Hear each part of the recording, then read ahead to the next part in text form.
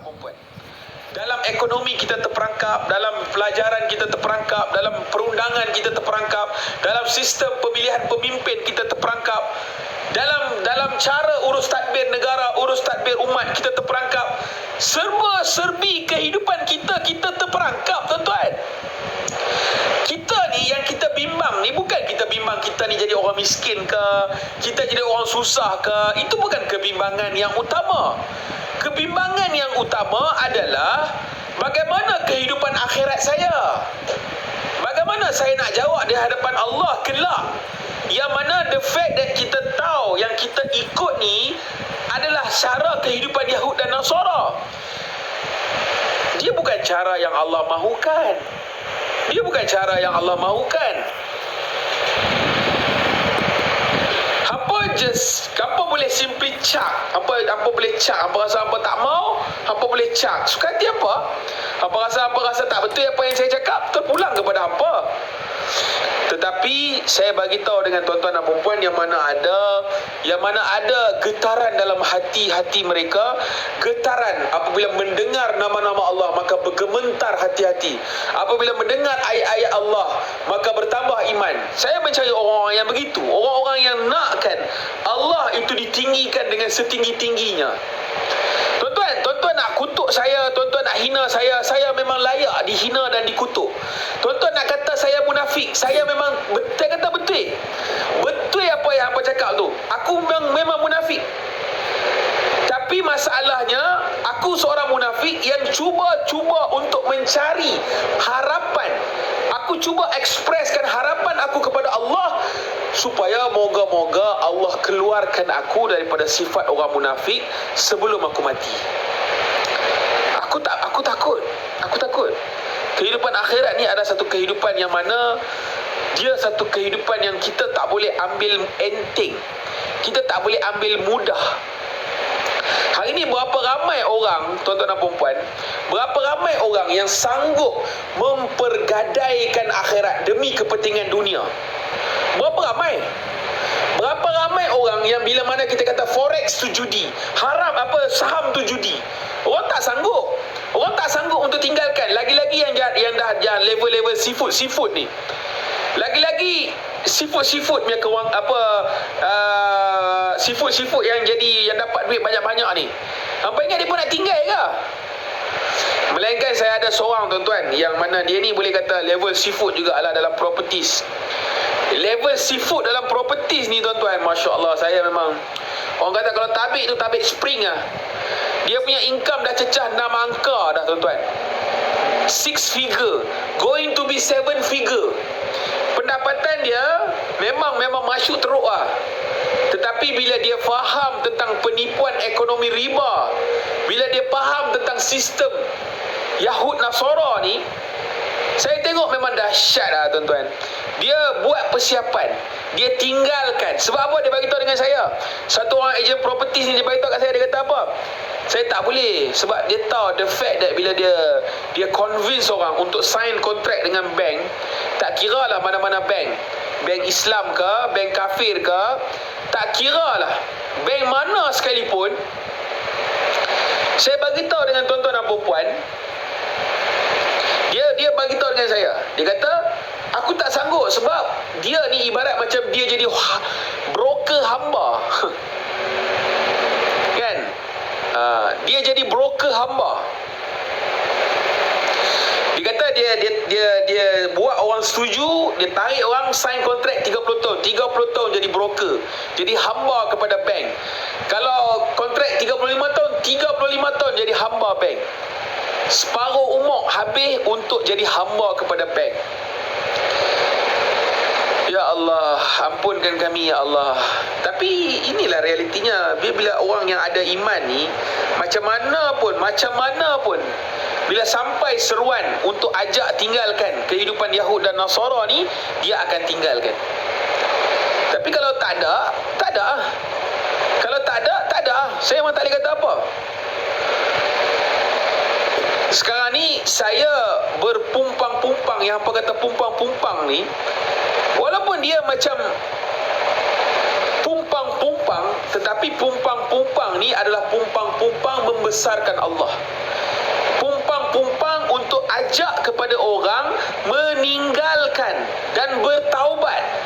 kepada sistem Yahud dan Nasara. Tuan-tuan dan perempuan, katalah apa pun. Bismillah.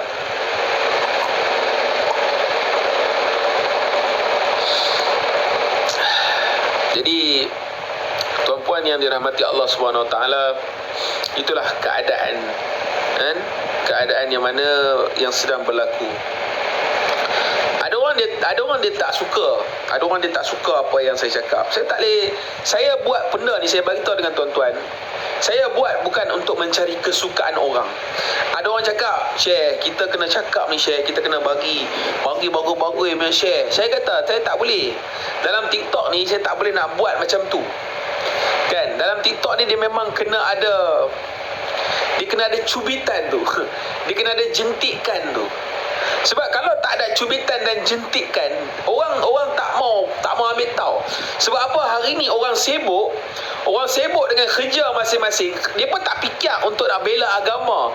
Dia pun tak fikir untuk mengangkat kembali sistem ataupun cara kehidupan Nabi itu, bukan untuk menjadi keutamaan depa. Kan? Depa bukan nak mengangkat Allah. Sebab itu saya kadang-kadang saya tengok kan orang-orang yang nak bawa kepada penyatuan Melayu. Saya bukan nak merendahkan penyatuan Melayu, tetapi saya nak bagi taunya penyatuan Melayu ni apa guna? Ulama bagi tahu apa makna Melayu kalau tidak ada Islam pada Melayu. Hari ini kita telah koyak Islam pada Melayu. Berapa ramai Melayu-Melayu murtad? Berapa ramai Melayu-Melayu liberal? Berapa ramai Melayu-Melayu gay? Berapa ramai Melayu-Melayu yang jadi pondan? Kita telah cari dan koyakkan Melayu dan Islam daripada Melayu. Lepas tu kita kata kita nak bergabung. Kita kata kita nak bersatu. Macam mana kita nak bersatu kalau masing-masing bawa kemaksiatan? Tuan-tuan dan perempuan yang dirahmati Allah, bersatu ni adalah sebagaimana kita belajar dalam rukun Islam, adalah dalam rukun haji. Dalam rukun haji, macam mana orang-orang bersatu? Apapun kedudukan dia, apapun pangkat dia, apapun dia punya keadaan dia di tempat asal dia, bila dia datang, bila dia wukuf, bila dia buat haji, dia kena berada dalam keadaan kain ihram, pakai dengan pakaian yang sama, berjalan dengan jalan yang sama. Sebab kita meninggalkan apa? Meninggalkan segala keduniaan yang kita ada, meninggalkan segala kemaksiatan yang kita ada, meninggalkan segala kepentingan diri yang kita ada. Baru kita boleh bergabung, baru kita boleh bersatu. Masalahnya kalau kita tak sudi meninggalkan maksiat, macam mana kita nak bersatu? Macam mana kita nak bersatu, tuan-tuan dan puan? Kita takkan boleh bersatu. Orang Melayu takkan boleh bersatu kalau setakat nak bangga dengan Melayu saja. Saya bagi tahu dengan tuan-tuan, kalau tidak ada Islam bersama-sama dengan Melayu tu, tuan-tuan dan puan, is nothing. It is nothing, tuan-tuan dan puan.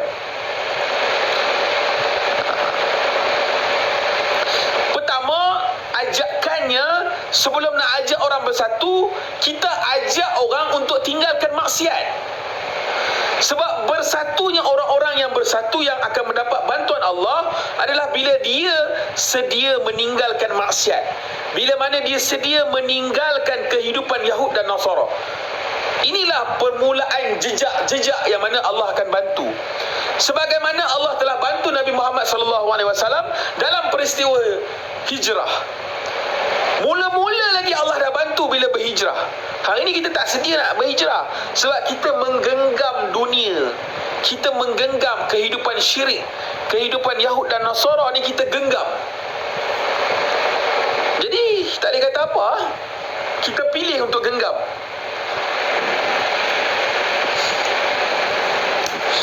Allahumma salli ala Sayyidina Muhammad wa ala ali Sayyidina Muhammad. Jadi insya-Allah lah tuan-tuan, saya tak boleh kata apa lah. Saya sampaikan ni hanya semata-mata kerana Allah. Tidak ada niat saya untuk saya nak bagi tahu saya ni bagus. Saya tak bagus, tuan-tuan. saya buat ni adalah untuk kita sama-sama faham yang mana dunia yang kita pijak ni adalah milik Allah. Dunia yang kita pijak ni adalah milik Allah. Terima kasih jazakallah yang bagi hadiah. Dunia yang kita pijak ni adalah milik Allah, dan apa saja pentadbiran dalam dunia ni sepatutnya kita gunakan pentadbiran Allah. Kita angkat pentadbiran Allah. Bukan kita angkat pentadbiran manusia. Bukan kita angkat idea-idea manusia. Macam semalam saya bagi tahu tuan-tuan dan puan-puan, orang ada satu orang ustaz ni, dia masuk dalam live saya semalam, dia kata apa? Oh, Allah bagi idea, Allah bagi akal kepada kita. Inilah tanda kita nak tunjukkan kebesaran Allah dengan kita membangunkan segala pembangunan. Tuan-tuan, itu satu penyelewengan. Saya bagi tahu dengan tuan-tuan, yang bercakap tu ustaz mengajak dekat masjid-masjid, tapi dia menyeleweng. Sebab akal ni dia Allah beri ni sebagai ujian. Di samping nikmat, dia sebagai ujian. Bukan untuk kita bangunkan dunia. Akal ni Allah bagi menahan diri daripada membangunkan dunia. Sebaliknya kita majukan akhirat. Tetapi orang tak rasa steam. Nak majukan akhirat, dia tak rasa steam. Ini bukan isu condemn ulama. Ini kita bercakap tentang idea dan penyampaian. Kalau condemn, saya kutuk dia. Saya kata dia ni tak betul, dia ni sekian-sekian. Saya hina. Saya tak hina. Saya bercerita tentang idea dan tentang kefahaman. Dalam kita orang kata apa, berjalankan dipanggil idea ataupun kita kata hujah. Kita bercakap ni based on apa yang disampaikan. Ini yang kita bagi tahu. Seperti mana ada Tok Mufti yang kata Islamic kafir punya kredit kad dibenarkan. Apa gila ni? Macam saya kata lah, itulah orang tak faham. Bila kita berlain pendapat, bukan bermakna kita menghina. Tak ada niat langsung saya nak merendahkan keilmuan seorang mufti. Tak ada niat langsung untuk saya kata Tok Mufti ni sekian-sekian. Tak, saya kata apa yang Tok Mufti cakap tu tak betul. Tok Mufti cakap tak betul. Sebab kafir kredit kad ni macam mana Tok Mufti kata boleh kata boleh? Tak boleh. Jadi begitu juga keadaan sekarang ni. Akal ni dia adalah satu perkara yang Allah Ta'ala jadikan sebagai ujian. Sebab itu orang-orang dulu, mereka memanggil orang-orang yang tidak ada idea ni sebagai orang-orang yang idiot. Orang-orang yang tak ada idea sebagai orang-orang yang idiot. Dan Islam, dia memang tidak membenarkan idea-idea. Sebab Allah jadikan dunia ni sebagai tempat menahan diri. Idea anda adalah satu benda yang daripada hawa nafsu. Kenapa kita datang dengan idea? Sebab dia nak kita nak sesuaikan kehidupan dengan hawa nafsu. Sebab itu datangnya idea. Dan idea ni adalah bisikan daripada iblis. Iblis bisik dekat telinga. Dan kita nak selesa. Kita nak itu, kita nak ini. Sebab apa? Itu semua hawa nafsu. Jadi tuan-tuan dan puan-puan, dunia ni dia tempat untuk kita menahan diri walaupun atas perkara intelektual. Sebab cara urus tadbir alam Allah dah tunjukkan. Cara urus tadbir harta dalam faraid dan sebagainya Allah Ta'ala aturkan. Cara ekonomi muamalat dah Allah Ta'ala aturkan. Cara perundangan Allah Ta'ala dah aturkan. Cara kehidupan rumah tangga Allah Ta'ala aturkan. Semua ni ada aturan dan cara daripada Islam yang mana Allah dah aturkan. Tetapi tak, manusia tak berpada. Dia rasa macam cara Allah ni tak best. Dan ini yang berlaku. Ini yang berlaku tuan-tuan dan puan. Apa nak buat? Allah dia dah bagi petunjuk Quran dan Sunnah untuk kita ikuti. Tetapi tak memadai. Bagi manusia tak memadai. Quran dan Sunnah tu tak memadai. Bahkan bukan setakat tak memadai, bahkan Quran dan Sunnah tu campak parit dah sekarang ni. Yang orang angkat adalah cara, idea pemikiran Yahud dan Nasara. Ini realitinya, tuan-tuan dan puan. Ini realitinya. Okey? InsyaAllah saya ada lebih kurang sampai pukul 1 lah saya rasa. Lebih kurang setengah jam.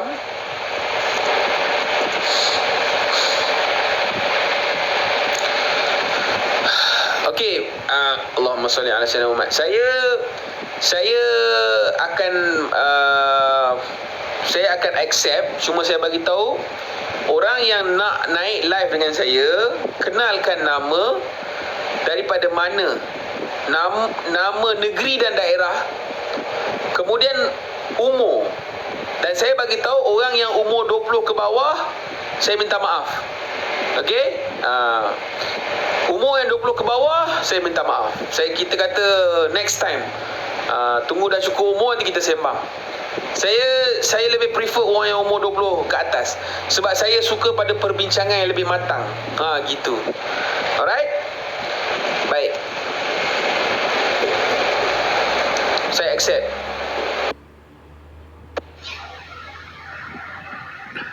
Assalamualaikum. Dengar tak? Waalaikumsalam. Dengar. Alright, saya Aiman dari Setapak KL, umur 23. Okey, Aiman. Alright, saya bukanlah orang yang pandai sangat tentang agama, tapi setahu saya lah, kalau kita menolak kafir punya teknologi, kita kena tahu jugalah hukum dia, sebenarnya hukum dia harus, selagi kita tak melanggar syariat Islam lah. Pasal yang kad kredit tu saya tak tahulah, tapi kalau mufti dah keluarkan macam tu, mesti ada sebab lah. Adalah ilmu mufti tu kenapa dia buat macam tu. Tapi dari segi teknologi lain, macam abang cakap tadi kan, kita ada akal, bukanlah kita untuk membangunkan bumi ni. Sebenarnya teknologi tu dibuat untuk menyenangkan manusia, bang. Kalau kita tak ada teknologi, bang, kita susah, bang. Contoh teknologi yang kita ada, contoh kopiah yang abang pakai, jaket, TikTok yang abang buat live ni, susah, bang, kalau tak ada, bang. Walaupun kafe yang buat, tapi kita kena ikut perubahan zaman, bang. Yang selebihnya kita kena ikut cara Islam. Selagi dia tak terpesong dengan syariat Islam, dia tak ada masalah, bang. Hukum dia harus, bang, bukan haram, bang. Siapa yang kita tak terpesong? Macam abang buat live sekarang ni, abang rasa terpesong tak dengan syariat Islam? Abang rasa lah. Dia bukan masalah saya buat live terpesong ataupun tidak. Sekarang ni adalah ajakan untuk kita tinggalkan kehidupan yang terpesong ni. Okey, alright. Patut saya kata teknologi ini adalah platform untuk saya gunakan. At one point, insya-Allah saya dah tak pakai dah benda-benda ni. Tapi sekarang ni, sementara dia masih ada, saya gunakan. Dan saya bagi tahu dengan abang, ayat Quran Allah ceritakan dalam surah Al-Baqarah ayat 102. Wattaba'una tatul syayatinu ala mulki Sulaiman wala kafara Sulaiman, sampai akhir ayat. Allah bagi tahu dalam Quran, Allah cerita orang yang belajar dan mengajar ilmu sihir yang digunakan untuk membangunkan ketamadunan di zaman Nabi Sulaiman, di zaman Babylon, yang Allah panggil sebagai sihir. Yang mana mereka ini yang dikatakan yang belajar dan mengajar Quran ni, mengajar dan belajar ilmu sihir ni, Allah kata mereka ni syaitan. Macam mana tak terpesong, bang? Oh, bang, sebab zaman dulu suka main sihir, bang. Itu bukan isu zaman dulu. Kalau awak cakap zaman dulu lain, tak ada. Quran ni adakah dia hanya valid untuk zaman dulu? Satu lagi, abang kena faham, bang, sains ni, teknologi ni, dia ada kegunaan dia. Sebab setiap zaman Nabi dulu pun dah ada sains, bang. Dah ada teknologi matematik, teknologi tu. Jadi kita tak boleh menidakkan teknologi tu. Dia mengikut iman kita, bang. Macam mana kita nak pakai untuk membawa kenal Allah, bang. Salah, bang. Abang tengok apa yang berlaku kepada Firaun yang membangunkan ketamadunan di Mesir. Apa berlaku kepada Firaun? Apa berlaku kepada utusan Rasul, bang, untuk Namrud, Firaun, bang? Kenapa mereka ni hancur? Sebab mereka nak mengangkat keilmuan, self knowledge. Mereka nak mengangkat keilmuan diri. Sebab Allah ni dia nak kita meletakkan diri kita, merendahkan diri kita, menahan diri. Ini yang orang dah jauh terpesong. Sebab apa? Seluruh anbiya alaihissalatu wassalam, mereka dihantar untuk bagi tahu kepada manusia, dunia ni tempat menahan diri. Dunia ni penjara. Dunia ni bukan untuk dimajukan. Dunia ni adalah tempat yang sementara. Akhirat tu yang kekal. Akhirat tu lah yang kita nak capai. Orang yang menahan diri 60-70 tahun atas dunia, ganjaran yang Allah akan bagi minimum orang beriman 10 kali besar daripada dunia ni. Mana yang lebih berbaloi untuk diusahakan? Bukan bang, dia macam ni.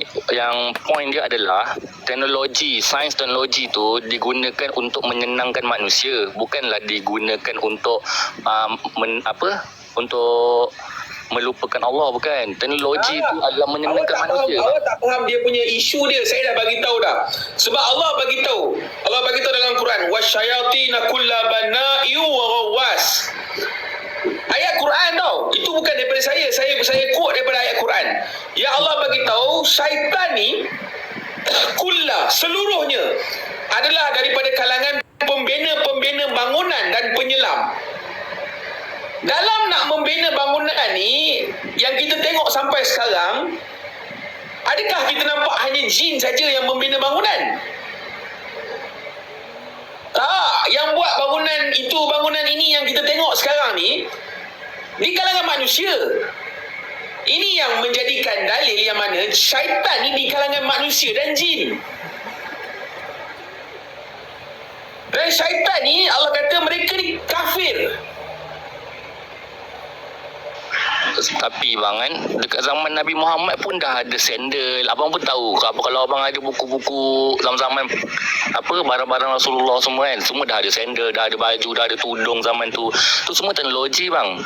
Tu pun sains bang, teknologi bang. Adakah abang nak kata zaman Rasulullah pun diorang guna sihir bang? Tak boleh bang. Teknologi tu adalah untuk keselamatan manusia. Itu memang Nabi guna. Tetapi yang saya fokuskan sekarang ni adalah belajar dan mengajar sains. Belajar dan mengajar sains ni adalah satu kesalahan dalam agama. Sebab dia satu perbuatan yang tidak menahan diri. Dia satu perbuatan yang tidak menyerah kepada Allah. Nabi guna, betul, sandal, Nabi guna pedang, Nabi guna perisai. Apa yang Nabi pakai? Yang Nabi pakailah, itu je lah. Tapi masalah kita hari ni, tengoklah rumah-rumah orang, kereta orang, semua macam mana. Adakah ini orang kata selari dengan apa kehendak Allah dan Rasul? Zaman Rasulullah pun dah ada istana bang. Nabi ada istana ke? Dia boleh buat, dia ada banyak duit tapi dia tak nak buat. Ya, itulah yang kita kena ikut. Rumah Nabi besar mana bang? Rumah kita besar mana? Dia tak nak buat, itu masalah dia. Apa dia? Rasulullah sendiri yang tak nak buat. Ya, itulah yang menjadi contoh. Itulah yang dinamakan qudwatul hasanah. Contoh ikutan yang terbaik yang kita nak kena ikut. Menahan diri. Nabi boleh buat, tapi Nabi tak nak buat. Sebab Nabi tunjukkan kepada kita, itulah keadaan berihsan. Hari ini kita telah hilang. Sifat berihsan di kalangan manusia ni telah hilang. Sebab semua tak nak menahan diri. Semua nak rumah besar. Semua nak kereta besar. Okey, sekarang ni mesti abang pelik kan, kenapa kita tak ikut macam Rasulullah? Sebab zaman Rasulullah dia setiap tahun dia ada zaman lah, ada teknologi yang berubah-ubah. Zaman kita pun dah bukan zaman Rasulullah dah, berkuda kat jalan raya dah tak ada dah bang, semua naik kereta. So nak dia ceritanya teknologi tu dia berkembang bang, ikut zaman bang. Kalau abang kata jangan kembangkan teknologi sebab Allah tak kasih bang. Zaman Nabi-Nabi dulu bang, kalau abang tengok dalam piramid tu, dia zaman dia pun dah tulis ukiran helikopter kapal terbang. Abang bayangkan betapa hebatnya teknologi orang dulu bang berbanding sekarang. Yelah, teknologi mereka yang hebat tu lah sebab tu Allah hancurkan mereka. Nak ikut jejak langkah mereka juga ke yang Allah hancurkan tu? Itulah saya kata, ulama-ulama pun dah cakap dah, teknologi ni hukum dia harus. Teknologi tu tak salah bang. Yang salahnya adalah manusia tu. Macam mana teknologi salah bang. Teknologi ni lah yang bawakan kerosakan kepada manusia. Okey, kalau macam tu jangan guna TikTok bang. Baju abang tu teknologi. Saya memang tak berminat nak guna, tetapi disebabkan keadaan manusia yang ramai dalam ni, saya kena sampaikan supaya kita ingatkan. Ini adalah tempat untuk saya memberi peringatan. Yelah bang, okay, alright. Pandangan orang berbeza-beza lah. Okey bang, sebelum penutup abang, saya bagi peluang ke orang lain. Saya nak tanya abang, macam mana kita nak hidup pada zaman sekarang ni dengan cara abang yang abang tengah berdakwah sekarang ni? Macam mana cara nak hidup dengan zaman Rasulullah yang macam tu? Macam mana bang? Dia pertama sekali, seperti mana yang kita ni kena ada niat. Pertama sekali kita kena sedar yang kita ni bersalah. kita bersalah dalam kita mengambil cara kehidupan Yahud Nasara. Sesudah rasa bersalah, kita kena bertaubat, minta ampun sungguh-sungguh dengan Allah, dan kita kena buat usaha untuk kita berhijrah, tinggalkan sistem ni kerana kita berdosa. Untuk sementara kita hijrah, minimalis. Apa saja yang kita boleh minimumkan dalam kehidupan, kita minimumkan. So macam mana bang? Macam mana Terlibat dengan riba, jangan ambil loan riba. Kurangkan segala apa yang kita boleh kurangkan. Kalau kata tak payah naik kereta, tak payah naik kereta, kita naik basikal. Kalau tak mampu naik basikal, tak ada basikal, jalan kaki. Ikut kemampuan, itu saya cakap. Kalau rasa nak beli kereta baru melibatkan riba, cari kereta second hand. Itu contoh. Minimumkan bang, takkan buat dosa pun nak kena minimumkan bang. Kalau dosa dia kena buang terus. Awak boleh buang terus ke duit kertas? Tak tahulah tu teknologi. Itu saya kata. Itu masalahnya. Bila kita agama saya lain ajar. Tadi awak tanya untuk kita perjalanan, dia nak meninggalkan ni, dia bukan boleh tinggal terus lompat. Dia ada step, dia ada kaedah dia. Sebab the fact that wang kertas, wang fiat yang kita pakai itu sendiri adalah riba. Ulama bagi tahu itu adalah debu-debu riba. So sepatutnya memang kena tinggal terus. Tetapi macam mana? Tak bolehlah kita nak melompat terus. Kena ajak orang perlahan-perlahan, dan usaha untuk meninggalkan dia tak boleh solo, dia kena berjemaah. Dia kena ada beberapa orang yang mana dia faham, dan kita sama-sama hijrah, tinggalkan. Daripada situ adanya bantuan Allah. Sebab sekarang ni the fact that kita ni tak ada bantuan Allah. Umat Islam, kita tidak ada bantuan Allah bersama dengan kita. Yang kita nak adalah bantuan Allah. Hari ini kita tidak ada bantuan Allah. Kerana apa? Kerana kita akur, tunduk, patuh kepada sistem Yahud dan Nasara. Okey bang, kalau macam hidup saya bang saya guna je semua teknologi, tapi saya guna teknologi tu guna untuk langsung tak melupakan Allah lah. Solat 5 waktu semua cukup lah. Ikut rukun Islam dengan iman. So salah ke bang? Tetap salah ke dari segi pandangan abang? Soalan tu dia terlampau umum. Saya tak tahu macam mana awak punya hidup, saya tak tahu apa awak punya. Tetapi yang at least awak kena ada adalah awak kena rasa bersalah menggunakan teknologi tu. Soalan dia, awak rasa bersalah tak? Sebab bagi saya teknologi tu hukum dia sebenarnya harus digunakan dalam kehidupan manusia, langsung tak haram. Dia akan jatuh haram. Kalau saya, tapi awak ada jawapan awak, dan awak peganglah dengan jawapan awak, terpulanglah. Tak ada hal. Yalah, okey bang, saya faham bang. Pendapat orang berbeza-beza bang. Okey bang, saya faham. Okey bang, siapa nak beli akaun murah-murah boleh contact saya lah. Alright. InsyaAllah Assalamualaikum. Waalaikumsalam. Allahumma salli ala Sayyidina Muhammad wa ala ali Sayyidina Muhammad.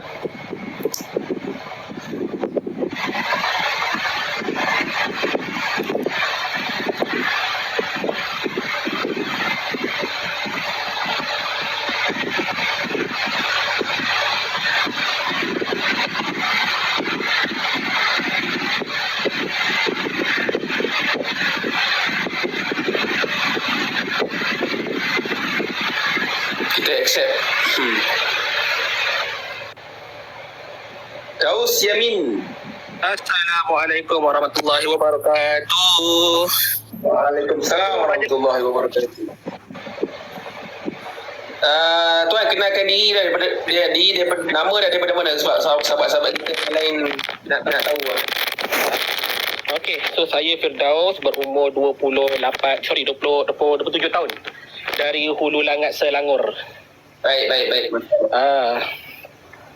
So Jauh lah suara. Boleh dekat sikit lah dengan mic. Sekejap saya kuatkan suara. Okey, dengar? Okey, cantik. Alhamdulillah. Okey, apa cerita bang? Sihat ke? Alhamdulillah. So saya naik ni tak ada apalah, cuma nak bertanya lah isu yang tak habis hari tu kita bincang tak? Boleh ke? Boleh. Ni macam ni. Kenapa dah apa lah? Kenapa double suara? Ya ke mungkin? Alamak, kenapa suara? Kejap, saya cek. Saya dengar double, sorry. Boleh dengar tak? Dengar. Okey, mau tune. Macam mana? Okey. Okey. Saya nak bertanya pasal yang isu yang sebelum ni abang kata tak jawab lagi lah. Saya harap abang boleh jawab lah kali ni. Yang masa sebelum ni, masa perbincangan kita yang abang tak jawab lagi, abang boleh jawab lah. Berkaitan dengan satu sahabat Nabi bernama Al-Harith Ibn Khaldah yang merupakan seorang doktor yang belajar sampai ke Parsi untuk mendalami ilmu perubatan, ilmu kedoktoran lah. So saya nak tanya pendapat abang, sebab sekarang ni abang menghukum sains semuanya sebagai sihir. Jadi adakah sahabat Nabi pada waktu itu yang hidup pada zaman Nabi telah melakukan sihir? Ya, silakan abang. Minta maaf sebab berkenaan dengan sahabat tu saya tak sempat go through lagi. Okey. Jadi saya tak tahu. Okey, tak tahu lagi. Okey, tak apa. Nanti sebab saya hari tu kan sebut nama, sebab nama sahabat ni saya tak berapa dia bukan sahabat yang di antara yang selalu disebutkan. Okey, faham? Jadi saya tak tahu, tu je. Okey, sebab saya naik sebab saya baca tadilah saya baca tadi sebab saya baca tadi sebab sahabat ni antara sahabat yang telah merawat sahabat Nabi Sa'ad bin Abi Waqqas atas arahan Nabi sendiri, sebab bila Sa'ad bin Abi Waqqas telah cedera dalam peperangan, dia telah menerima Nabi Muhammad sallallahu alaihi wasallam telah melawat Sa'ad bin Abi Waqqas, dan Nabi berpesan pergi cari Al-Harith Ibn Khaldah kerana pada dia adalah seorang doktor, ataupun kita kata seorang tabib lah pada zaman dulu. So itulah sebab saya bertanya pada abang supaya abang boleh jawab. Sebab dia ada satu kisah yang agak kontradik dengan berkenaan dengan doktor ni, sebab tu saya tak tahu. Sebab ada satu kisah yang mana kalau orang yang belajar dalam apa kata buat bekam kan, biasanya dia memang hadis ni dia agak, kisah ni dia agak kita kata familiar lah di kalangan orang yang belajar. Yang mana ada satu kisah tu orang hantar hadiah kepada Nabi. Okey. Dia hantar beberapa hadiah, dan salah satu hadiah yang dihantar adalah tabib. Okey. Seorang tabib yang kita panggil doktor hari ni lah. Okay. Jadi tabib ni Nabi kata hantar balik, tak payah, kami tak nak, sebab Islam kita dah ada dah cara pengobatan kita. Okey. Jadi itu satu benda yang juga menjadi dalil yang mana Nabi menolak. Okey. Jadi dalam kes sahabat yang tuan sebutkan tadi, saya minta maaf. Nanti saya akan orang kata kita akan go through balik lah, insyaAllah. Boleh insyaAllah boleh bang. Kita ke soalan seterusnya ke? Ayap. Okey, boleh kita ke soalan seterusnya ke? Boleh. Macam ni bang, abang bila abang mengatakan sains itu sihir, saya yakin penonton-penonton dan kita kata pendengar-pendengar ataupun yang tengok TikTok ni, diorang bukan menolak sains itu sihir, tapi diorang macam saya sendiri pun menganggap sains itu bukan sihir, tapi morality terhadap sains itu yang sihir. Maksudnya cara orang menggunakan sains. Sebagai contoh, kalau saya boleh ambil satu analogi yang mudah, sebagai contoh bila saya kata kalau saya kata apakah hukum belajar ilmu keuangan, kita kata bukan perbankan, saya kata ilmu keuangan, financing punya ilmu. Kita kata kalau tanya saya haruslah kita kata fardu kifayah, betul? Tapi dia jadi harap apabila kita belajar ilmu tu, kita gunakan untuk belajar, kita boleh dalam tu belajar ilmu tu, kita akan belajar ilmu riba, ilmu kita kata ilmu saham, ilmu forex. So jadi kalau kata ilmu tu sahaja tidaklah haram. Tapi bila kita masukkan ilmu yang memang bertentangan dengan Islam, konsep-konsep bertentangan dengan Islam, itulah jadi haram. So sebenarnya asalnya hukumnya harus. Jadi sebab tu pemahaman saya lah, mungkin jadi boleh jadi silap juga. Saya faham sains itu bukanlah salah, tapi morality terhadap sains ataupun kita kata cara sains itu dikendalikan sebab yang menjadikan dia sebab tu Islam datang, dia jadi satu ada keterbatasan untuk orang jangan lepas daripada batas sempadan, yang jangan keluar lah, kita kata jangan keluar. Sebab macam abang kata kat saya macam sebelum ni abang bincang pasal prinsip keabadian tenaga. Ya, saya tolak yang itu. Saya bertanya, saya pun tolak. Sebab kita kata definition memang kita kata hanya Allah saja yang berkuasa atas segalanya. Kan daripada definition prinsip keabadian tenaga tu. Tapi untuk menolak semua sains adalah tidak tepat. Sebagai contoh, kalau saya boleh bagi contoh, macam kalau siapa yang belajar sains kat sini, kalau saya salah boleh betulkan saya. Macam konsep kitaran air. Betul lah, kitaran air daripada laut, awan menyejat air, awan jadi berat, hujan pun turun. Okey, soalan saya, kalau saya belajar itu dan saya beriktikad Allah yang menciptakan awan itu bersifat bila dia berat dia akan turunkan hujan. Jadi soalan saya, salah ke tak salah? Ya, bertampung-tampung soalan ni. Dan minta maaf lah sebab penerangan tu banyak-banyak sikit kan. Okey, sebelum kita nak cerita tentang salah ataupun tidak belajar tentang benda tu. Okey. Satu perkara yang sebenarnya saya rasa kita dah sembang dah itu, tetapi tak apalah. Jelas. Itu jelas lah. Alright, berkenaan dengan apa yang tadi bagi tahu apa tadi mula-mula tadi, Allah aku minta maaf. Pasal morality terhadap Yes, okey, baik. Dia macam mana ilmu sihir. Ilmu sihir ni dia kalau orang belajar, contoh, adakah totally salah kalau kita belajar? Kalau tanya saya, dia tidak totally salah kalau kita belajar untuk kita bagi tahu yang benda ni memang betul-betul salah. Okey. Dia berbeza dengan orang yang belajar lalu dia mengamalkan. Sebab macam saya bagi tahu dalam ayat Quran yang Allah Taala bagi tahu, wasyayatina kullabana'iu wa ghawwas. Syaitan ni seluruhnya adalah daripada kalangan pembina bangunan dan penyelam. Jadi bila kita belajar sains untuk menjadi pengamal, buat bangunan, buat kemajuan, kemodenan, ini yang menjadikan kita ni rosak, yang menjadikan kita ni dia jadi kategori syaitan lah. Alright? Jadi bila kita belajar untuk kita kenal, sebab contoh macam saya belajar dulu, saya aliran sains. Kita ambil dalam universiti degree pun kita ambil sains.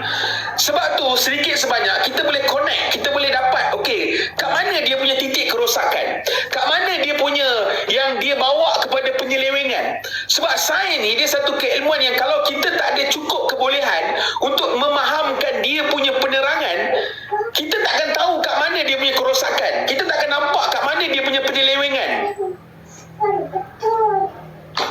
Jadi nak tak nak, kalau kita belajar untuk kita kenal akan penipuan itu sendiri, seperti mana Imam Ghazali dia belajar ilmu falsafah, sedangkan dia menulis kitab kesesatan falsafah. Kenapa dia belajar ilmu falsafah? Sebab dia nak tahu macam mana rosaknya falsafah tu. Jadinya belajar untuk mengenali penipuan dan belajar untuk mengamal tu dah satu perkara yang berbeza.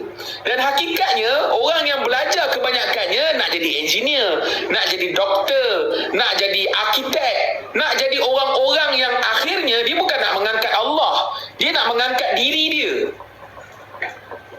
Mungkin tidak semua, tetapi kebanyakan latihan-latihan, doktrin-doktrin yang dibuat, itulah dia yang berlaku. Dan menjawab kepada soalan hujan turun, air apa semua, kalau tanya saya, macam saya bagi tahu lah, kita ni manusia ni Allah bagi akal. Akal ni dia bermatlamat untuk kita ni, selain daripada nikmat, akal ni juga adalah untuk kita, dia sebagai ujian untuk kita menahan diri. Apa perlu untuk kita tahu awan tu hujan turun apa semua? Apa perlu kita tahu? Sebab Allah kata tempat dunia ni menahan diri. Lebih baik kita fokus untuk mengangkat agama, membela agama, menjalankan perintah-perintah Allah, meninggalkan larangan-larangan Allah, rather than belajar benda-benda yang mana akhirnya akan membawa kepada self-knowledge. Manusia tu dia rasa dia tahu. Sebab bila dia rasa dia tahu, rasa tahu ni lah yang akan membawa kepada satu kerosakan yang lebih besar lagi. Yang mana itu yang berlaku kepada Namrud, yang berlaku kepada Fir'aun. Kerana mereka ni tahu. Bila mereka tahu, mereka tend to become God. Dia pengetahuan tentang ilmu-ilmu gerak atur alam ni, yang kita belajar dalam sains matematik ni, dia adalah satu pengetahuan yang kau nak tahu macam mana Tuhan gerakkan alam. Jadi bila kau dah tahu bagaimana Tuhan gerakkan alam, engkau pula nak jadi Tuhan.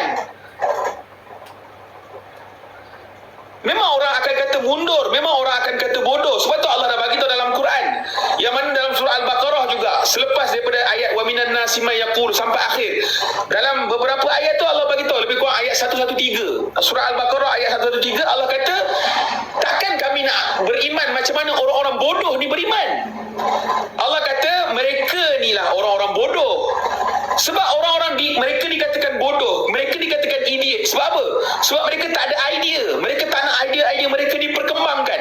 Mereka hanya nak membesarkan Allah dan segala perintah-perintah dia. Inilah orang Islam. Biarlah orang nak panggil kita bodoh, tetapi Allah kata inilah orang yang bijak. Nabi kata ini orang yang bijak. Sebab orang yang bijak adalah orang yang ingat mati dan buat persiapan untuk mati. Walaupun dunia kita mundur, tak rugi dunia kita mundur, sebab Allah akan sediakan jannah kepada orang yang beriman, yang mana minimum orang yang beriman pada Allah dengan sebenar-benar iman 10 kali besar daripada dunia ni. Takkan kita nak perjudikan dunia kita yang sementara 60-70 tahun ni. Takkan kita nak maju-majukan sangat dunia lalu kita menggadaikan akhirat. Wallahu alam. Kalau rasa nak ikut, terpulang. Sebab saya bagi tahu apa yang kita belajar, apa yang kita lihat hari ini, manusia bila belajarnya sains matematik ni, pergantungan pengharapan kepada Allah adalah semakin kurang. Bukti dia adalah semakin ramai orang-orang Islam membuat maksiat. Dan mereka buat maksiat dalam keadaan mereka tak rasa malu dah sekarang ni. Semakin tak ada malu dengan maksiat. Dahsyat.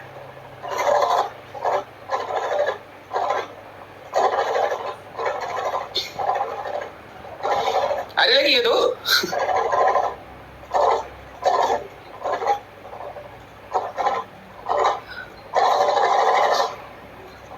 Ada Fidaus? Ada lagi ke?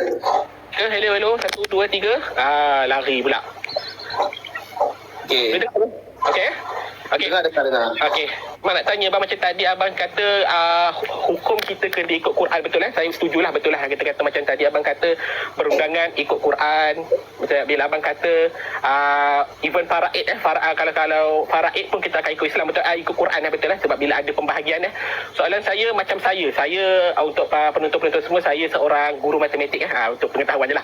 Saya seorang guru matematik. Okey, so macam saya, bila saya mengajar, bila Quran kata pasal hukum faraid 5/8 apa semua 5/12, saya tak mahir sangat lah. Kalau ada salah boleh bagi tahu saya lah. Okey, so bila Allah menerangkan tentang pembahagian tersebut, macam mana aplikasinya yang saya ajar pada pelajar-pelajar, kisah macam konsep pendaraban, penambahan, penolakan, pecahan apa semualah. So yang itu yang saya ajar pada pelajar-pelajar supaya diorang boleh aplikasikan mengikut hukum Quran. Ataupun kita kata untuk kegunaan biasa-biasa lah. So minta abang komen sikit. Salah tak kalau saya ni mengajar pelajar-pelajar benda macam tu saja? Saya tak pergi konsep yang lebih tinggi. Saya ajar biasa-biasa, konsep darab, tambah. Yang itu pun faktanya saya ajar kat pelajar kat sekolah-sekolah pun. Jadi adakah itu dikira salah pada abang? Yang saya lihat yang menjadikan sampai ke tahap boleh buat bangunan, boleh buat teknologi AI ini semua, dia bukan matematik yang biasa. Rasanya abang pun tahu. Okey, betul, saya faham. Kan? Jadi istilah matematik tu, bila abang kata tadi sains dan matematik secara umum tu salah lah. Betul? Setuju? Matematik dan sains dia adalah satu keilmuan daripada keilmuan falsafah. Ya, satu benda yang macam tadi abang kata matematik yang saya pun faham, matematik yang biasa-biasa tak ada masalah. Macam saya ajar tadi ilmu just darab biasa-biasa, tambah biasa-biasa, tu tak ada masalah. Jadi untuk menghukum semua sebagai matematik tu sihir, tak salah lah kan? Menghukum semua matematik sebagai sihir adalah salah, betul? Saya dalam perkataan sihir ni saya fokus kepada sains. Oh, sains. Okey, faham. Sains itu sihir. So kita kata matematik kita keluar kot. Matematik dia satu perbahasan yang perlu didetailkan lebih lagi. Cuma dia satu kategori jugalah. Tetapi yang saya fokus, sains itu sihir. Okey, tu faham. Okey. Sebab saya risau sebab bila abang kata matematik, saya pun macam, saya ni ajar matematik salah ke? Aku ajar tambah tolak darab bahagi kat pelajar-pelajar ni salah ke? Gitulah saya. Cuma kalau abang mengajar matematik, saya apa? Daripada hari tu yang kita bincang pun saya bagi tahu. Yang penting kita ingatkan dengan anak murid kita bahawasanya yang mengizinkan benda tu berlaku adalah Allah. Ingatkan itulah. At least. Okay, boleh faham. Itu saya setuju. Sebab sekarang ni abang kata abang pun nak end live betul pukul 1 sebab saya rasa kalau saya tanya soalan yang sebab tadi macam kalau abang perasan dalam komen FB saya pasal tokoh atau kata ulama yang mengharamkan ataupun melarang ilmu sains ni secara detail ataupun secara jelas tu, abang kata abang perlukan masa ataupun kita kata perlu penulisan yang panjang lah. Saya teka mungkin abang tak sempat lah untuk menerangkan masa sekarang ke sempat? Dah pukul 1 kan? Kan, itu tak apa. Saya tanya je. Kalau kita tak sempat, tak apa. Kita boleh buat perbincangan lain. Okey. InsyaAllah. So, itu saja. So, abang boleh jelah Assalamualaikum ataupun mungkin insyaAllah kita akan jumpa pada next time lah. Kalau saya boleh naik lagi ke ataupun kita boleh jumpa lagi ke. InsyaAllah. Boleh, insyaAllah. Okay, saya undur dulu, Aman. Terima kasih. Assalamualaikum warahmatullahi wabarakatuh. Waalaikumsalam warahmatullahi.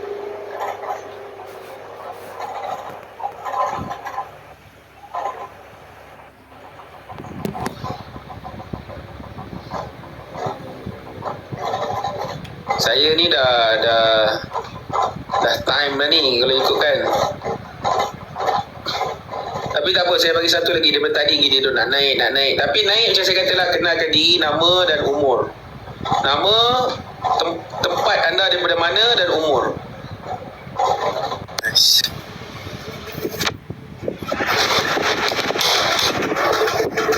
Assalamualaikum. Waalaikumsalam warahmatullahi. Dengar. Okey, nama saya Syahir. Ya, betul. Saya tinggal dekat Kelantan. Kalau abang tanya Kelantan kat mana, Pasir Mas lah. Betul. Okey. Berdasarkan topik kita hari ni, umur saya 20.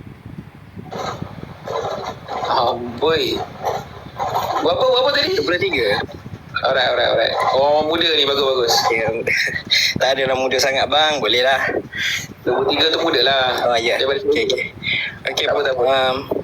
Berdasarkan topik kita hari ni, which is sains itu sihir, saya ada satu soalan je saya nak tanya.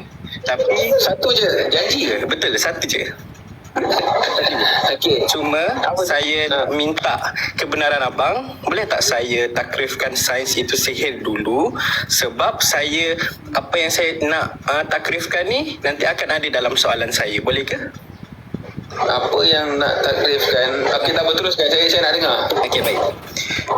Sebelum kita nak go deep masuk ke dalam tajuk sains itu sihir dulu, yang pertama sekali kita kena faham sains itu sihir. Kita kena takrifkan, kita kena definisi sains itu sihir. Itu yang pertama. Jadi, macam mana saya takrifkan perkataan sains itu sihir? Saya ambil tarifan mudah. Kalau saya nak ambil daripada hadis, saya nak ambil daripada dalil-dalil, nanti setengah orang akan bertanya, benda ni betul ke tak? Betul ke salah? Orang akan bertanya. Jadi, saya ambil yang senang sahaja. Saya ambil daripada DBP, which is Dewan Bahasa dan Pustaka. Dewan Bahasa dan Pustaka, kalau kita nak kata Dewan Bahasa dan Pustaka ni benda yang salah, tak boleh, sebab Dewan Bahasa dan Pustaka ni rujukan dia daripada Al-Quran dan juga daripada orang-orang yang berilmu melibatkan bahasa Melayu. Jadi kita boleh jadikan Dewan Bahasa dan Pustaka ni adalah salah satu rujukan yang betul. Baiklah, saya go through dengan topik kita, which is sains itu sihir. Saya takrifkan sains terlebih dahulu. Sains adalah satu perkara yang dikaji dan dapat dibuktikan. Itu yang pertama. Saya ambil tarifan mudah sahaja. Yang kedua, sihir. Sihir adalah satu perbuatan yang menggunakan makhluk halus untuk memberikan kesan buruk kepada orang lain. Sebagai contoh, santau, menggunakan voodoo doll, lepas tu kita ada orang nak sihir kedai itu bagi tak ada orang, itu adalah sihir. Mana kata apa, dia menggunakan makhluk halus untuk keburukan orang lain.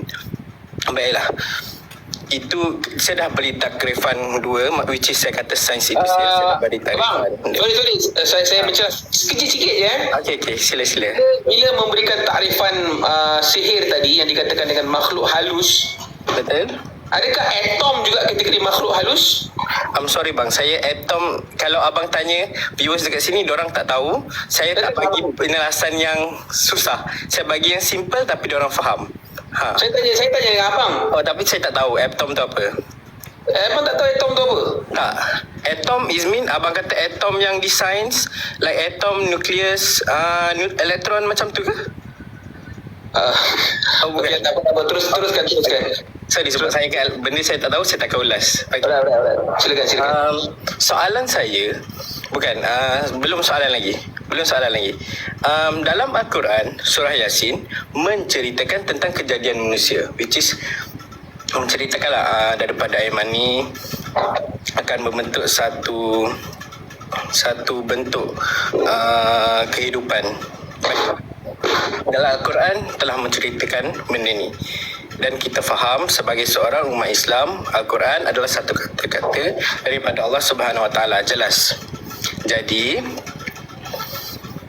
sains, orang umat Islam, bukan orang luar sahaja, umat Islam melakukan kajian ini nak menunjukkan apa yang dikatakan dalam Al-Quran ini betul ataupun salah. Dia kaji dan dibuktikan betul. Apa yang diorang kaji ni telah dibuktikan, dan dibuktikan daripada mana? Daripada Al-Quran itu sendiri. Macam apa yang saya takrifkan pada awal, sains ini kita kaji dan sains ni kita buktikan. Jadi berkaitan dengan saya punya takrifan pada awal-awal tadi. Soalan saya, setuju tak abang dengan saya? Soalan saya, setuju tak abang dengan saya bahawa Al-Quran ini adalah kitab sihir? Okey, kitab sihir.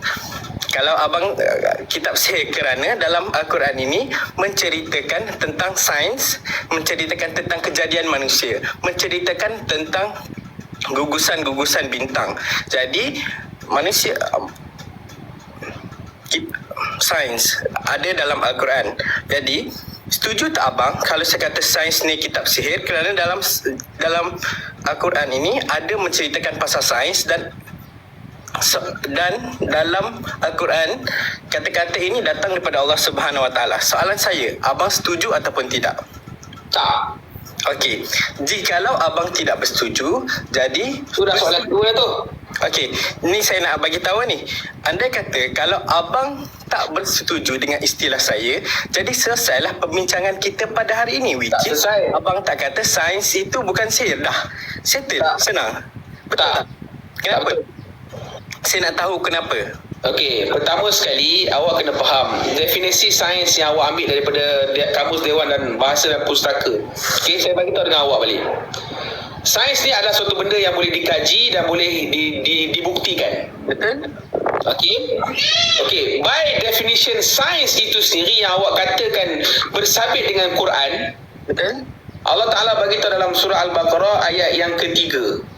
Abang, saya nampak dalam live abang sekadar memberikan satu ayat. Biar saya ambilkan dulu. Okey. Sains by definition adalah suatu benda yang boleh dibuktikan dan suatu benda yang boleh dibuat eksperimen. Betul? Okay. Ayat Quran bukan satu saja ayat. Dalam banyak ayat yang Allah ceritakan tentang orang beriman kena percaya kepada perkara gaib. Perkara gaib ni termasuklah syurga, neraka, mizan, mahsyar, kubur. Ini semua perkara gaib. Dan bagaimana sains nak membuktikan dan membuat penjelasan tentang perkara gaib?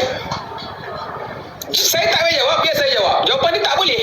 Dan ini satu jelas pembuktian yang mana sains dan Quran dia bercanggah. Okey?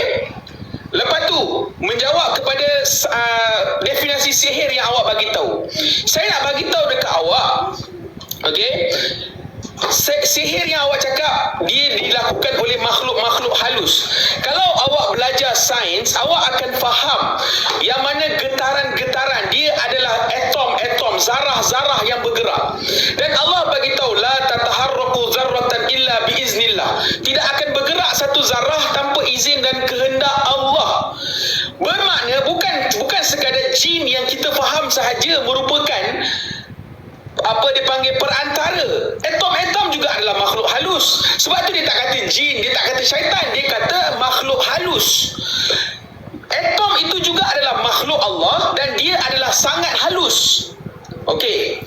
Dan bila awak cakap tentang kejadian fetus, kejadian itu yang mana Allah Ta'ala sebut dalam Quran, sebenarnya kita kena faham, ini semua ni Allah Ta'ala nak ceritakan tentang kehebatan dan kebesaran dia. Dan bila kita manusia nak ambil tahu bagaimana Allah gerakkan, Allah aturkan alam ni, bermakna macam saya katalah, kau nak ambil kerja Tuhan, kau nak tahu macam mana Tuhan bekerja, dan kau lah nak jadi Tuhan. Dan inilah satu perkara yang mana sains ni dia menyanggahi Quran. Jadi dia bukan kitab sihir, dia adalah kitab yang menyanggahi keilmuan sihir. Abang, saya faham explanation abang tadi. Cuma yang saya sampaikan, yang saya cakap tadi, saya kata dalam Al-Quran ada sains, which is dia menceritakan tentang kejadian manusia.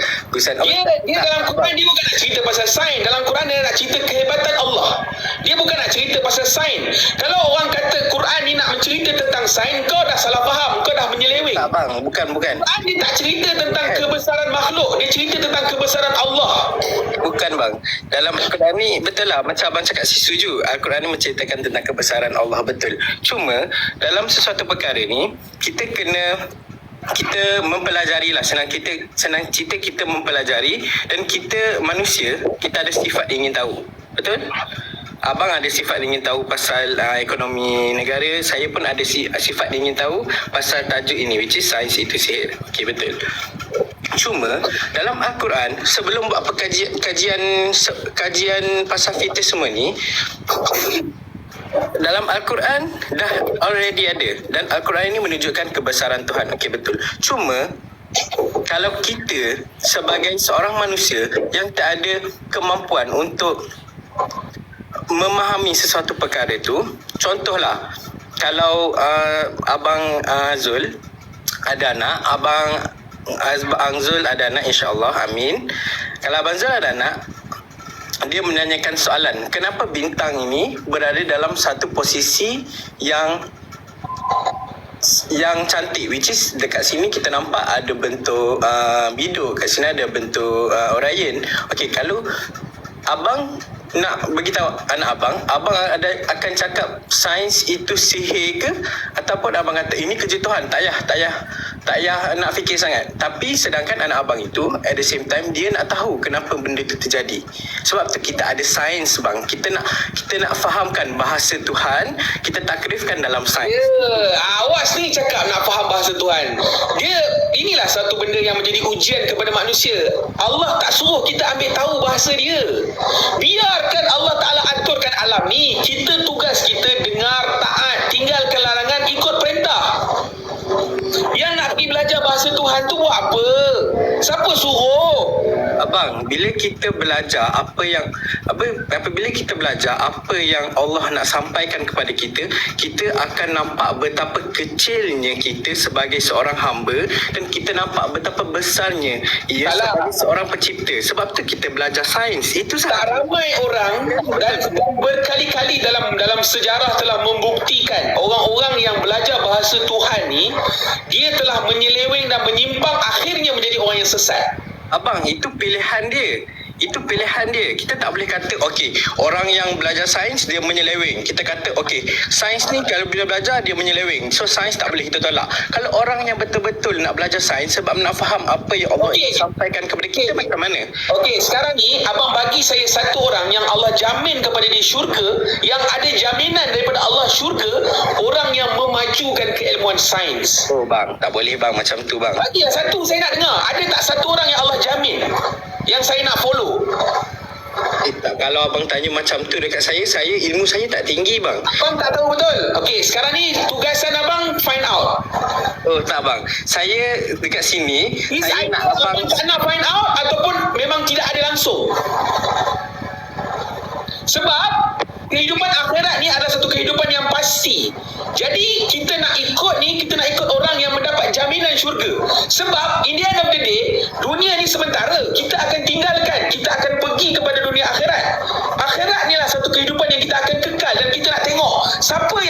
jejak langkah dia atas dunia mendapat jaminan syurga. Abang, Kalau orang yang abang kata tadi dia membangunkan keilmuan sains dan bersama dengan dia ada jaminan syurga, abang bagi tahu saya nak tahu.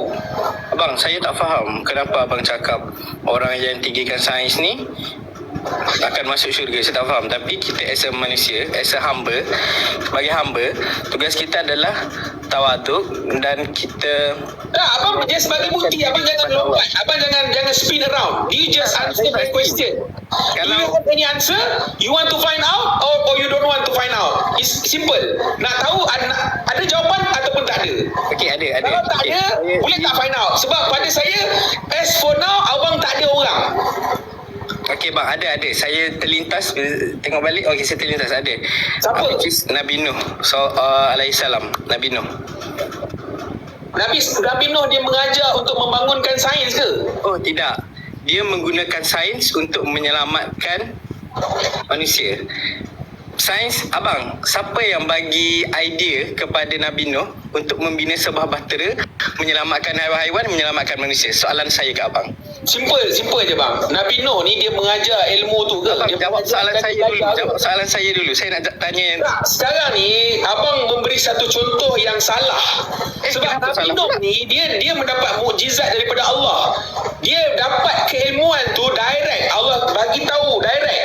Dia bukan satu keilmuan yang diajar, yang ada di sekolah, yang ada di universiti. Sains ni dia adalah sihir kerana dia diajar dan dibelajar di sekolah. Macam tu Jawapan abang kepada Nabi Nuh, abang memfitnah Nabi Nuh. Sebab Kenapa abang saya kata Nabi Nuh Nabi Nuh bawa pula? ilmu sains. Oi, na'udzubillah min zalik bang. Berbahaya kepada akidah abang. Serius saya cakap. Tak bang, saya tak faham kenapa abang kata saya fitnah Nabi Nuh. Sedangkan saya kata, okey, abang kata dekat saya siapa orang yang menggunakan sains untuk masuk syurga nanti. Okey, saya cakap okey Nabi Nuh dia bina bahtera, dia guna daripada pokok-pokok jati apa semua, dia bina bahtera, dia selamat daripada banjir besar. Okey, daripada mana Nabi Nuh alaihissalam dapat idea ini? Daripada Allah Subhanahu Wa Taala. Dia kata idea Nabi Nuh dia adalah daripada Allah. Dia berbeza. Idea Nabi Nuh dengan mukjizat, ilham ataupun wahyu daripada Allah, dia berbeza dengan idea sendiri. Dia kena faham tau. Ada perkara Saya salah cakap. idea manusia. Ada perkara wahyu Allah. Nabi Nuh menciptakan dia buat kapal tu, adakah idea dia ataupun wahyu daripada Allah? Saya salah cakap, sorry. Saya salah cakap, Allah Subhanahu Wa Taala. Tak dengar. Saya salah cakap yang tu. Tapi main point Awak saya... salah cakap. Awak mengaku awak salah cakap. Betul, saya salah cakap yang tu. Awak Saya... istighfar dan awak mengucap balik 2 kalimah syahadat. Okey. Nanti saya buat lepas ni lah. Astagfirullahalazim. Okey, baik. Yang kita nak bincangkan dekat Nabi Nuh ni adalah Allah Subhanahu Wa Taala kata kat Nabi Nuh, okey, dia bagi wahyu, macam abang agak dia bagi wahyu, memberikan penerangan kepada Nabi Nuh untuk bina kapal. Jadi untuk bina kapal ni kita tak boleh sewenang-wenangnya membina. Kita kena ada senang cerita macam ni lah bang. Allah Ta'ala bagi wahyu kepada Nabi Nuh untuk membina bahtera. Okey, jadi bila kita nak bina kapal, kita kena ada ilmu tau. Bila kita ada kapal, kita kena ada ilmu. Senang je. Tapi ilmu ini datang daripada Allah Subhanahu Wa Taala, which is dia turun dan Nabi Nuh mengadaptasikan benda tu dan dia buat benda tu. At the main point, kita rumuskan, kita rangkumkan apa dia. Ini membuktikan bahawa Allah Subhanahu Wa Taala itu besar sebagai sang pencipta. Abang, itu sahaja. Apa moral of the story? Kalau abang pergi tadika, abang cerita pasal Nabi Nuh, abang kena kata moral of the story. Moral of the story kita nak tunjuk bahawa Allah Subhanahu Wa Taala ini ia adalah Maha Pencipta. Allahu Akbar, Allah Maha Besar. Itu sahaja moral of the story dia. Bang, senang kata macam ni lah bang. Abang tak payah jadikan Nabi Nuh sebagai contoh. Sebab daripada tadi abang dah salah. Bahaya. Saya tanya ni adalah manusia biasa yang bukan anbiya, yang bukan nabi. Sebab nabi-nabi ni seluruhnya mereka maksum. Okey, sebab saya tak nak abang buat kesilapan macam tadi sebab dia berbahaya kepada akidah. Kalau abang salah cakap kepada nabi-nabi. Saya nak kita ambil contoh manusia yang bukan Nabi-Nabi, yang mengangkat keilmuan sains, yang dia ni mendapat jaminan syurga. Tak boleh abang. Kalau soalan abang ni susah lah. Tak boleh. So, jawapan dia find out. You have to find out, bro. Okay, baik, nanti saya akan carilah benda tu, insyaAllah. Yes. Okey bang, saya nak abang nak mempertahankan sains, abang kena find out lah. okey, saya nak last lah. Saya nak kita go back balik. Kita dah jauh sangat. Kalau saya dekat, contoh abang dekat Shah Alam, sekarang kita nak jalan sampai dekat Batu Pahat ni, jauh sangat. Dah jauh dah. Okey, kita back balik kita punya topik, which is sains tu sihir. Baiklah, tadi soalan saya tanya dekat abang, setuju tak dengan abang yang sains yang orang belajar ni dah ada dalam Al-Quran, dan kalau istilah abang kata sains itu sihir, jadi dalam kitab Al-Quran ni mengajarkan tentang sihir. Sebab abang kata sains itu sihir. Tak, salah. Tak. Quran mengajar manusia untuk menjadi manusia yang berihsan, menahan diri, memberi. Dia bukan mengajar sains. Sains ni adalah satu keilmuan yang kita kena menahan diri daripada mengambil. Sebab sains ni adalah the forbidden knowledge. Abang, saya tak boleh terima idea abang sebab kalau viewer tengok. Okey. Korang Kalau yang abang tak boleh terima sekalipun, saya bagi tahu dengan abang datangkan dengan saya satu orang yang mendapat jaminan syurga daripada Allah, yang bukan Nabi yang mendapat jaminan syurga, yang nak tolak idea saya sebab abang kalau ada, which is saya percaya tak ada. Kalau ada, abang bagi tahu saya nak tahu. Tak boleh. Sekarang ni kita nak bermain dengan akhirat. Kita nak main dengan benda-benda kehidupan yang akan kekal. Kita nak mencari keredaan Allah. Perbincangan kita ni adalah perbincangan mencari keredaan. Perbincangan nak mencari di mana kedudukan kita dekat akhirat, sama ada keredaan ataupun murka. Sekarang ni abang bagi contoh pada saya, siapa manusia. So sekarang ni abang jawab abang tak ada. So you must find out. Abang, kalau abang come out dengan benda, abang kata sendiri tak ada kan? Oh, tak ada.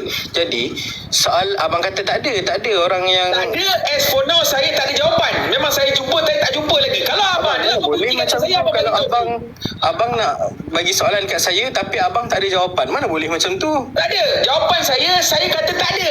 Kalau abang ada, then you must prove to me. You tell me. You must find out. Yang saya tahu, answer. sebab yang saya tahu, orang yang dijamin syurga, tak salah saya 10 orang sahaja. Saya tak ingat betul ke tak, tapi 10 orang sahaja yang memang Allah, sahabat-sahabat Nabi, wali-wali Allah, 10 orang sahaja yang dijamin syurga. Yang lain tu kita masih perlu dihisap di Al-Mizan waktu kita di Padang Mahsyar nanti. Kalau abang kata macam tu, benda tu tak valid lah. Contoh saya kata dekat abang, okey, saudara Syahid come out dengan saya kereta terbang yang ada dalam dunia ni. Saya tak boleh jawab sebab benda tu tak ada. So abang tak boleh lah tiba-tiba datang attack saya, kata abang keluarkan orang yang sains, dia akan masuk syurga. Tak boleh kata macam tu. So the fact that you know the answer, maksudnya tidak ada 10 orang dijamin syurga tu, mana ada satu orang pun yang mengangkat keilmuan sains. Tak ada. So abang tak boleh lah attack saya macam tu. Saya tak attack. Saya suruh awak came up with answer if you have any answer. Abang, tak boleh. Tak boleh ada answer. Jawapan. Awak nak mempertahankan apa ni sebenarnya? Sebab matlamat perbincangan ni bukan kita nak cerita siapa betul siapa salah. Kita nak cerita bagaimana kita nak cari redha Allah, bagaimana untuk kita selamat dekat akhirat. Ini matlamat perbincangan kita. Bukan nak kata aku betul kau salah. Tak ada. Kalau aku betul kau salah sekalipun, apa guna kalau Allah tak redha?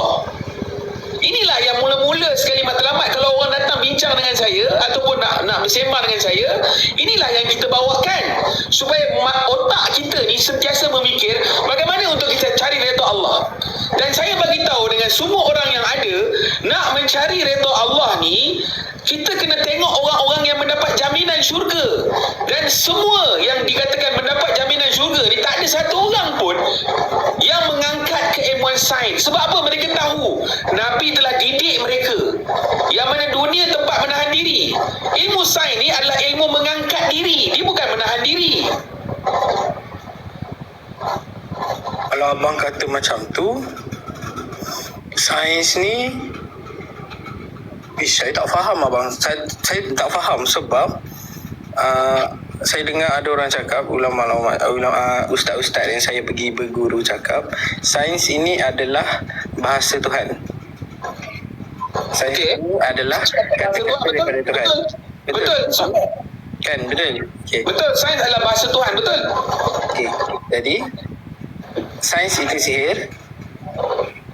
Sains bahasa Tuhan adalah sihir, betul tak? Dan sebab itu Allah halang kita daripada belajar. Tak, sains itu bahasa Tuhan. Jadi kita kalau sebagai orang yang nak faham besarnya Allah Subhanahu Wa Taala, jadi kita perlu belajar sains. Tapi kalau abang kata, abang setuju tadi cakap sains itu bahasa Tuhan. Jadi saya boleh kata bahasa Tuhan itu sihir. Betul tak? Allah sebut dalam Quran, wattaba'una tatlus syayatin. Nanti tengok balik surah Al-Baqarah ayat 102. Allah sebutkan the knowledge yang Allah turunkan melalui Harut dan Marut, Allah sebutkan sebagai sihir. Harun dan Harut dan Marut. Marut ni mereka mengajarkan bahasa Tuhan. Harun dan Marut, saya faham. Harun dan Marut, tak silap saya kalau abang saya salah betulkan. Harun dan Marut berada di zaman Nabi Ibrahim, betul? Zaman Babylon. Okey. Zaman Nabi Ibrahim. Zaman Nabi Ibrahim adalah satu zaman yang sains kita sangatlah hebat. Okey. Tapi Harut dan Marut ini, dia, yang saya belajar, saya tahu pasal Harut dan Marut ni. Harut dan Marut ni, dia belajar ilmu hitam. Sains itu besar bang, tapi yang dia belajar ilmu hitam, dia gunakan sihir untuk orang lain. Itu Harun dan Marut. Kalau korang search dekat Google, korang search dekat buku-buku, korang beli kat Popular, ada cerita pasal benda ni. Saya yang ni saya yakin. Bro, Harut dan Marut Allah Ta'ala sebut dalam Quran, Allah kata dia mengajar ilmu sihir. Ilmu sihir ni ulama menafsirkan dia bukan ilmu sihir yang kita faham, ilmu sihir santet bawang tok bomoh tu. Dia ilmu yang menjadikan pembangunan kemajuan kepada Babylon, which is the first civilization of human being. Oh, Babylon bukan yang pertama bang. Yang pertama Mesopotamia, which is Mesopotamia, Babylon tu zaman mana? zaman sebelum lagi. Babylon bukan di zaman Mesopotamia. Oh, bukan. Bukan, salah No, betul. Taman Tergatu Babylon ada waktu Mesopotamia. Okey, betul. Sorry. Come on brother. If you want to correct me, you have to know your fact brother. Tertukar. Betul, Babylon. Cuma abang kena faham, saya nak tanya abang, kalau abang nak kata yang kita tak tahu waktu ketika tu macam mana hebatnya manusia, macam mana hebatnya ilmu manusia, kita tak tahu. Ini masalahnya. Kita punya ketaziman kita kepada hebatnya manusia. Saya nak bawa kepada hebatnya Allah. Kenapa kita nak bawa ketaziman kita kepada hebatnya manusia? Rugi bang. Nak menghebatkan manusia ni satu kerugian. Bukan bang, sebab kalau kita nak bandingkan dengan sekarang, abang kata yang pasal Harut dan Marut kan, okey, kita faham. Zaman Nabi Ibrahim ni kita tak tahu keadaan dia macam mana. Mungkin waktu tu dia 100%, 200% lagi maju daripada kita, sebab ilmu yang Allah turunkan kepada Nabi Ibrahim kita tak tahu. Ini satu lagi fitnah kepada Nabi ni. Awak kena berhati-hati awak ni. Jangan mukjizat kepada Nabi Ibrahim untuk jangan. Aduh, Nabi Ibrahim dia tidak diutuskan untuk mengajar sains bang. Janganlah saya ada cakap Nabi Ibrahim ajar sains ke? Tak, saya cakap Nabi Ibrahim diberikan mukjizat kepada Allah untuk tahu pasal perkara ni, tahu pasal penggunaan sains dan advance. Okey abang, sahabat-sahabat kita yang baik hati ni, dia dah ingatkan kita untuk kita solat dulu. So insyaAllah saya nak kena berhenti dulu. Nanti kita buat live lagi insyaAllah nah. Okey, baik. Abang, saya kalau ada abang nampak saya ada satu lagi soalan sebenarnya, tapi is out of science. Nanti kita sambung insyaAllah. Boleh tak ada hal. Okay. Nanti kalau abang nampak saya, abang update terus. Alright, insyaAllah. Okey, baik. Terima kasih abang. Baik, Assalamualaikum. InsyaAllah nah, kita tangguh dulu nah. Subhanallah wa bihamdihi, subhanakallahumma wa bihamdika, asyhadu an la ilaha illa anta, astaghfiruka wa atubu ilaik. Bismillahirrahmanirrahim. Wal 'asri innal insana lafi khusr illa alladhina amanu wa 'amilus solihat wa tawasaw bil haqq wa tawasaw bis sabr. Wallahu a'lam bis shawab. InsyaAllah kita tangguh